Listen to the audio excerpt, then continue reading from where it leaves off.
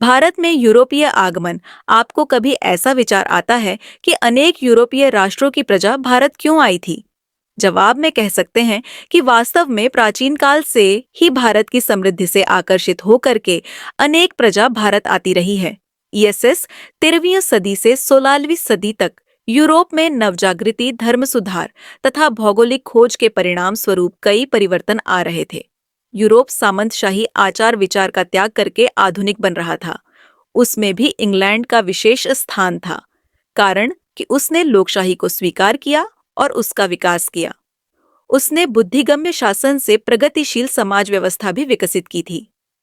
संक्षेप में कहें तो 18वीं सदी में यूरोप में कई महान विद्वानों ने प्रबुद्ध युग का सर्जन करके मानवतावाद, समानता और स्वतंत्रता का संदेश दिया था। दूसरी तरफ हमने पिछले प्रकरण में देखा कि भारत अभी भी सामंतशाही मूल्यों और संकुचितता से जकड़ा था। भारत मुगल युग में भी विश्व अर्थव्यवस्था में विशेष स्थान रखता था। विशाल नदियों के उपजाऊ मैदानों में कृषि का खूब विकास हुआ था। कृषि विकास के साथ साथ अनेक हस्त उद्योग भी विकसित हो चुके थे। भारत के सूती कपड़े, नील, मिर्च मसाला, इमारती लकड़ी तथा रेशमी वस्त्र की यूरोप में खूब मांग थी। परिणाम स्वरूप इस व्यापार का लाभ लेने के लिए वे भारत आए थे। भारत का यूरोप और विश्व के अन्य लोगों के साथ प्राचीन काल से व्यापारिक संबंध रहे हैं। ग्रीक और रोम के साम्राज्य काल से उसमें उत्तरोत्तर वृद्धि होती रही। मध्य युग में अरबों ने भारत और यूरोप के बीच के व्यापार पर एकाधिकार स्थापित कर लिया था। फिर भी गुजराती और दक्षिण भारतीय व्यापारी यूरोप, अफ्रीका और पूर्व एशियाई देशों के व्यापारियों के साथ संपर्क में थे। अत्यंत लाभदायक व्यापार का लाभ लेने के लिए सतत संघर्ष भी चलता रहता था। तुर्कों ने कॉन्स्टेंटिनोपल पर अपना अधिकार स्थापित किया। असेस 1433। परिणाम स्वरूप पूर्व और पश्चिम के व्यापारिक मार्गों पर तुर्कों ने नियंत्रण स्थापित कर लिया। इतना ही नहीं, बल्कि शेष यूरोप और एशिया के व्यापार पर वेनिस और जिनेवा के व्यापारियों का दबदबा था। वे पश्चिमी यूरोप के स्पेन और पुर्तगाल जैसे राष्ट्रों को व्यापार में घुसने देना नहीं चाहते थे। परिणाम स्वरूप पश्चिम यूरोप के राष्ट्र भारत और इंडोनेशिया के मसाला के केंद्रों तक पहुंचने के लिए समुद्री मार्ग खोजने लगे। मसाला के द्वीप कहे जाने वाले इंडोनेशिया के आसपास के क्षेत्र ईस्ट इंडीज कहे जाते थे। 15वीं सदी में समुद्री जहाज के निर्माण और संचार में काफी प्रगति हुई थी। साथ ही साथ नवजागृति और वैज्ञानिक सोच के बदले यूरोपीय प्रजा साहसिक बनकर भौगोलिक खोज की तरफ आगे बढ़ी। पुर्तगाल और स्पेन इस क्षेत्र में फैल करने वाले राष्ट्र थे। उनके नागरिकों ने अपनी सरकार की सहायता से भौगोलिक खोज के एक युग का आरंभ किया। स्पेन कोलंबस अमेरिका की खोज ES 1492 करके प्रसिद्ध हुआ, तो पुर्तगाल के वास्को डी गामा ने यूरोप से भारत तक के अत्यंत सुरक्षित और नए मार्ग की खोज ES 1499 की। उसने इस समुद्री प्रायद्वीप को केप ऑफ गुड होप नाम दिया।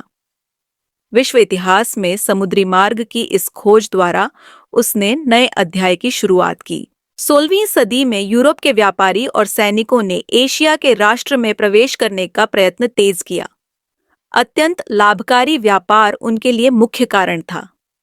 पुर्तगाली भारत में पुर्तगालियों का आगमन पहले बताए अनुसार कालीकट राज्य में सामुद्रिक जामोरिन नामक शासक के समय में हुआ था। उसके बाद उन्होंने कोचीन, गोवा, दीव और दमन में अपना व्यापारिक केंद्र शुरू किया। व्यापार के साथ समुद्र पर अधिकार करने के लिए उन्होंने नौका शक्ति का प्रयोग भी किया। जमीन पर भारत और एशिया के राष्ट्र अधिक शक्तिशाली थे। फिर भी मुट्ठी भर पुर्तगाली सैनिक समुद्र में अपना वर्चस्व बनाए रख सके, कारण कि उनकी नौसेना भारत और एशिया के अन्य राष्ट्रों की अपेक्षा अधिक मजबूत थी। पुर्तगालियों ने गोवा पर अधिकार जमा लिया। समुद्री डकैती और लूटपाट का सहारा लेकर भारतीय समुद्र में उन्होंने महत्वपूर्ण स्थान बना लिया। पुर्तगाली सरकार ने हिंद में अपने प्रथम गवर्नर के रूप में आल्मेडा की नियुक्ति की, ESS 1507। उसके बाद अल्फांजो अलबुर्क गवर्नर नियुक्त किए गए। गोवा जीतकर उसने उसे पुर्तगाली राज्य की राजधानी बनाई, ES 1510। उसके बाद लगभग 100 वर्ष तक भारतीय जल सीमा पर उनका ही राज्य चलता रहा। डच 16वीं सदी के उत्तरार्ध में हॉलैंड भी विश्व व्यापार में कूद पड़ा। भारत में पुर्तगाली व्यापार वाणिज्य को तोड़ने के लिए उसने कार्य किया। हॉलैंड की छोटी छोटी व्यापारिक कंपनियों को जोड़कर ईएस 1602 एक नई डच ईस्ट इंडिया कंपनी की स्थापना हुई। डच मुख्य रूप से इंडोनेशिया के जावा, सुमात्रा जैसे मसाले के समृद्ध केंद्रों पर एकाधिकार प्राप्त करना चाहते थे। उन्होंने इस क्षेत्र से पुर्तगालियों को खदेड़ दिया। इतना ही नहीं, बल्कि भारत के गुजरात में सूरत, भरूच, खंभात और अहमदाबाद तथा केरल के कोचीन, मद्रास के नागपट्टनम, आंध्र के मुसल्लीपट्टनम, बंगाल के चींसुरा, बिहार के पटना और उत्तर प्रदेश के आगरा में व्यापारी कोठियों की स्थापना की। इन डचों ने ईएस 1668 पुर्तगालियों के पास से श्रीलंका जीत करके पुर्तगाली सत्ता को बहुत बड़ा नुकसान पहुंचाया। अंग्रेज, पुर्तगाली और डच व्यापारियों की तरह अंग्रेज व्यापारी भारत के व्यापार का महत्व समझते थे। इन दोनों प्रजा की सफलता से और भारत के साथ व्यापार से प्राप्त बेहिसाब लाभ से प्रेरित होकर के अंग्रेज भी भारतीय व्यापार में आने के लिए लालायित हुए। ब्रिटेन के कुछ व्यापारियों ने मर्चेंट एडवेंचर्स, साहसिकों की व्यापारी मंडली नामक पूर्व के साथ व्यापार करने का संगठन बनाया, जिसे बाद में ब्रिटिश ईस्ट इंडिया कंपनी के नाम से जाना गया। ब्रिटेन में महारानी एलिजाबेथ ने एक रॉयल चार्टर एक्ट 31 दिसंबर 1600 द्वारा इस कंपनी को भारत सहित पूर्वी विश्व के साथ व्यापार करने का एकाधिकार दिया। इस ईस्ट इंडिया कंपनी ने गुजरात के सूरत में कोठी स्थापित करने का निश्चय किया। कैप्टन हॉकिंस इस व्यापारी कोठी की अनुमति लेने के लिए तत्कालीन मुगल सम्राट जहांगीर से विनती करता रहा, जिससे जहांगीर ने एक शाही फरमान द्वारा अंग्रेज कंपनी को ऐसी कोठियां स्थापित करने के लिए आज्ञा ईएस 1612-13 दे दी। ब्रिटिश कंपनी ने अपने दूत थॉमस रो को मुगल शहंशाह के समक्ष भेजा। ईएस 1615 रो के प्रयत्नों से ब्रिटिश ईस्ट इंडिया कंपनी ने मुगल साम्राज्य के तमाम क्षेत्रों में व्यापार करने और कोठियां स्थापित करने का अधिकार प्राप्त हुआ। ब्रिटेन के सम्राट चार्ल्स द्वितीय का विवाह पुर्तगाली राजकुमारी के साथ हुआ। पुर्तगालियों ने अंग्रेज राजा को मुंबई टापू दहेज में दिया। इस टापू को कंपनी ने अपने अधिकार में ले लिया। गोवा, दीव और दमन के अतिरिक्त अन्य क्षेत्रों से इस तरह पुर्तगालियों का अधिकार खत्म हो गया। अंग्रेजों और डच कंपनियों के बीच भी इंडोनेशिया के मसाले के व्यापार के मामले में सतत संघर्ष शुरू हो गया। ईएस 1654 से ईएस 1667 एंग्लो डच वॉर के नाम से पहचाने जाने वाले इन महत्वपूर्ण युद्धों के बाद अंग्रेजों और डचों के बीच एक संधि हुई। उसके अनुसार अंग्रेजों ने इंडोनेशिया में व्यापारिक कार्यवाही बंद करने और डचों ने भारत में जहां अंग्रेजी कोठियां थीं वहां व्यापार न करने का समझौता किया। इस तरह अंग्रेज भारत में सबसे शक्तिशाली यूरोपीय सत्ताधीश बन गए। फ्रांसीसी ईस्ट इंडिया कंपनी की स्थापना पेरिस, फ्रांस, ईएस 1664 में हुई। भारत में पूर्वी तट पर कोलकाता के पास स्थित चंद्रनगर, पुडुचेरी और माहे पर अपना अधिकार जमाया। मोरेशियस और ईस्ट इंडिया के कुछ टापुओं पर भी उनका अधिकार था। भारत में इंग्लैंड और फ्रांस के बीच सत्ता संघर्ष फ्रांस और इंग्लैंड के बीच युद्ध ईएस 1742 हुआ, जिससे भारत में भी ब्रिटिश और फ्रांसीसी ईस्ट इंडिया कंपनी के बीच विग्रह शुरू हो गया। भारत में रह रहे फ्रांस के गवर्नर जनरल डुप्ले खूब शक्तिशाली थे। उन्होंने भारत में से अंग्रेजों को भगा देने के लिए भारत के स्थानीय राजाओं और नवाबों के साथ मिलकर के कुछ योजनाएं बनाई। हैदराबाद में भी फ्रांसीसी ईस्ट इंडिया कंपनी सफल रही। क्रमशः राजमुंद्री, मुस्तफानगर और एलोर तथा चिकाकोल जैसे क्षेत्रों पर उनका अधिकार स्थापित हुआ। परिणाम स्वरूप अंग्रेज सावधान हो गए। भारत के आंतरिक और राजनैतिक विषय को लेकर दोनों के बीच युद्ध हुआ। ईएस 1750 क्लाइव के नेतृत्व में ब्रिटिश ईस्ट इंडिया कंपनी ने तिरुचिरापल्ली फ्रांसीसी को हराया। अंत में ईएस 1754 दोनों के बीच हुई एक संधि के अनुसार डुप्ले को भारत से वापस बुलाया गया।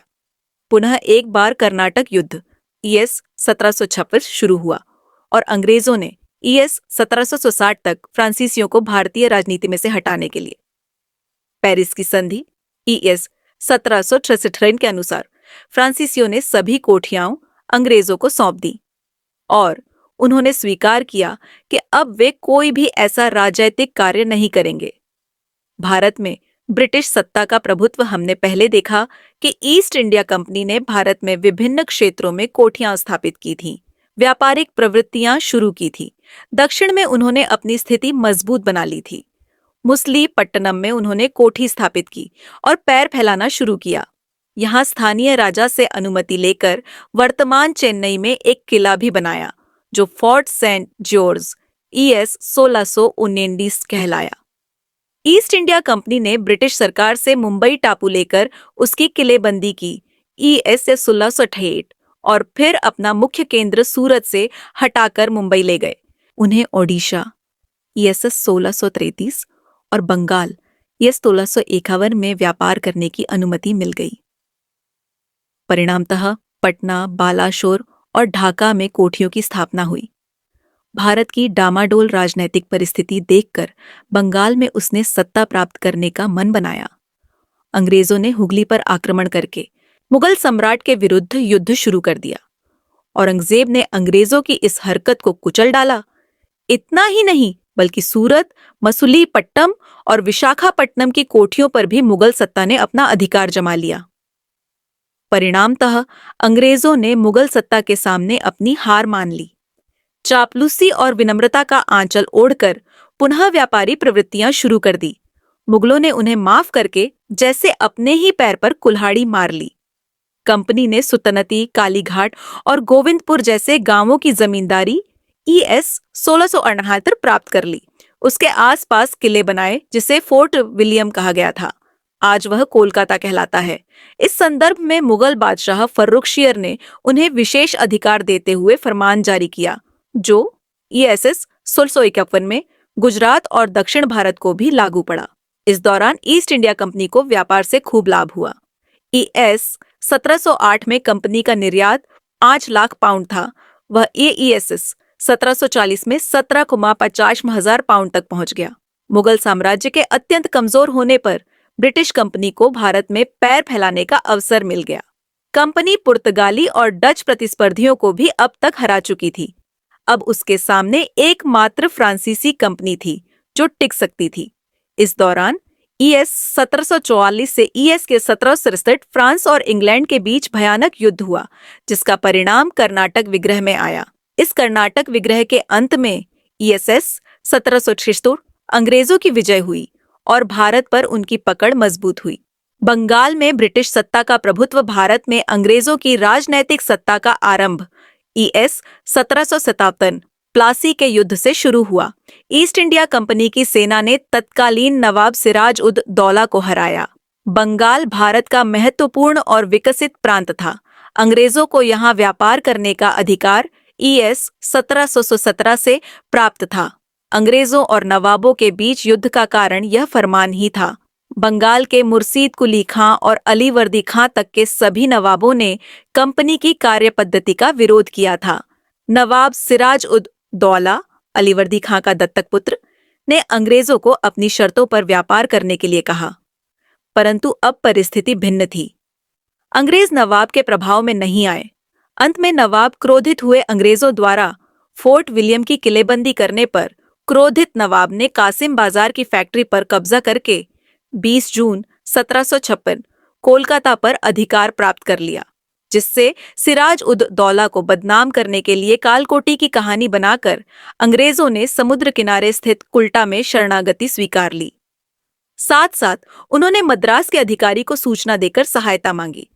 इसके उपरांत नवाब के दरबार के विशेष लोगों के साथ मिलकर नवाब के विरुद्ध षड्यंत्र रचा। नवाब के अत्यंत विश्वसनीय सेनापति मीर जाफर तथा बड़े व्यापारी माणेक चंद, अमी चंद, जगत सेठ और खादिम खां को खरीदकर नवाब के विरुद्ध षड्यंत्र रचा। मद्रास से एडमिटर वॉटसन और कर्नल क्लाइव नौका सेना लेकर आ पहुंचा। उसने नवाब को हराकर कोलकाता को जीत करके नवाब को संधि ES 1757 करने के लिए मजबूर कर दिया। उसने मीर जाफर को बंगाल की गद्दी पर बैठाने का वचन दिया। मुर्शिदाबाद से 20 मील दूर प्लासी के मैदान में हुआ यह प्रसिद्ध युद्ध 23 जून 1777 भारत में अंग्रेजी सत्ता की स्थापना से जुड़ा हुआ है। मीर जाफर और राय दुर्लभ जैसे गद्दारों के कारण नवाब हार गए। अंत में उनकी हत्या कर दी गई। नवीन चंद्र सेन के मतानुसार अब इस प्रसंग से भारत हमेशा के लिए दुख की कालरात्रि में घिर गया। अंग्रेजों ने मीर जाफर को नवाब बनाया और अपनी मांगें मनवाई। प्लासी के युद्ध का ऐतिहासिक महत्व खूब है, कारण कि उसने बंगाल और उसके बाद समग्र भारत पर अंग्रेजों का अधिकार लाद दिया। इतना ही नहीं, बल्कि एक अंग्रेज व्यापारी कंपनी भारत के साम्राज्य की सत्ता के लिए दावेदारी करने लगी।